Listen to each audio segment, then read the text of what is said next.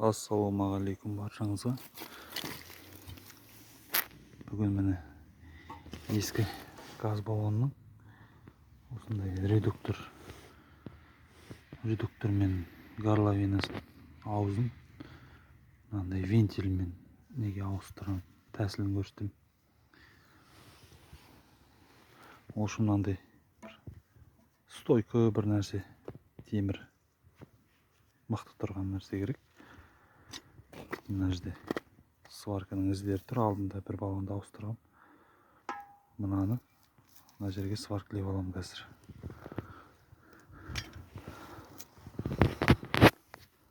Сваркілемес бұрын ішінде газ болса, газын шығарып тастау керек.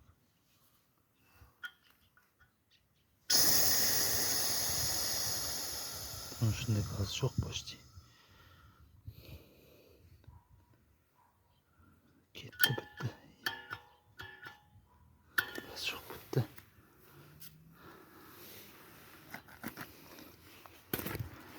Енді осыны сваркілеймін қазір. Сварканы қостым. Мынаны тақап алдым. Мына біреу ашық жағы осылай қарап тұру керек. Өйткені қазір біз газ өкілішпен шешкен кезде мына біреу шетіне тіреліп қалмау керек қой. Міне сваркілеп алдым. Бұны сваркілеу үшін бір керемет сварщик болып керек емес. Мықты ұстаса болды, мына жер ары бері қозғалмайды.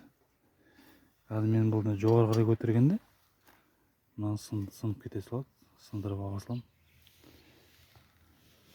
Бұл сваркілеген мына астында несі бар, өзінің астында бөлек сваркіленген несі бар, қоятынша аяғы. Мынаумен прямой сваркіленбейді. Бұл үшін қатты қызбайтын баллон.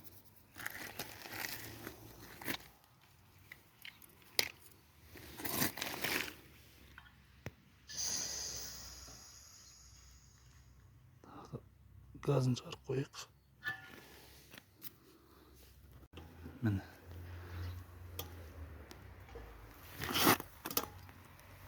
Осылай шешіле берді ақырындап.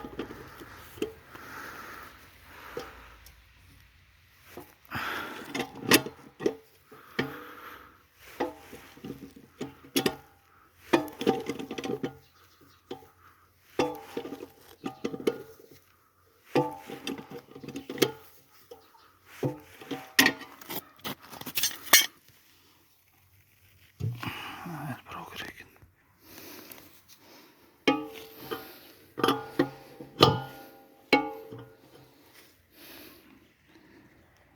Отызға күлішпен, газ күлішпен босатып алғаннан кейін кете береді өз ақырында.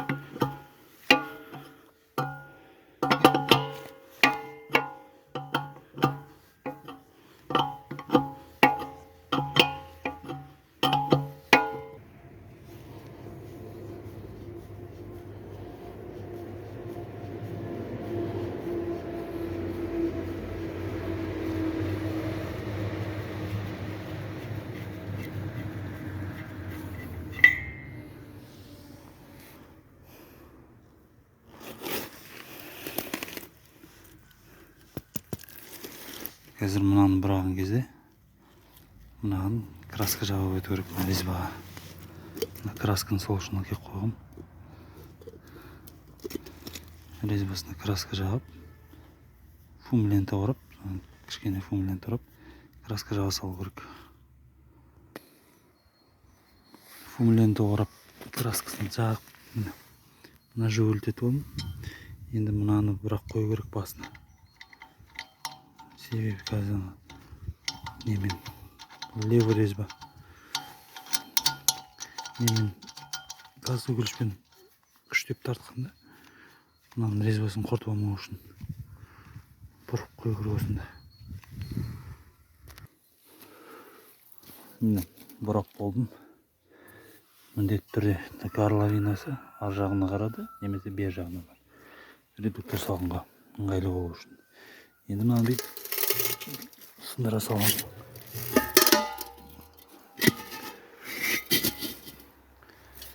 Горловинасы мына шығып тұрған жағына қарады.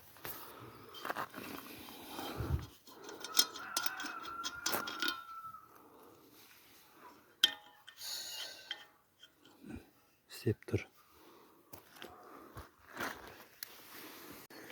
Енді жаңағы мына бір сваркілеген жерімді жаман болып тұрмасын деп мынандай болгаркамен қайрап тастаймын. Мындай диск сатылады магазинде, шлифовочный, лепестковый деп аталады. Осымен қайрап тастаймын қазір. Міне болды. Баллон дайын.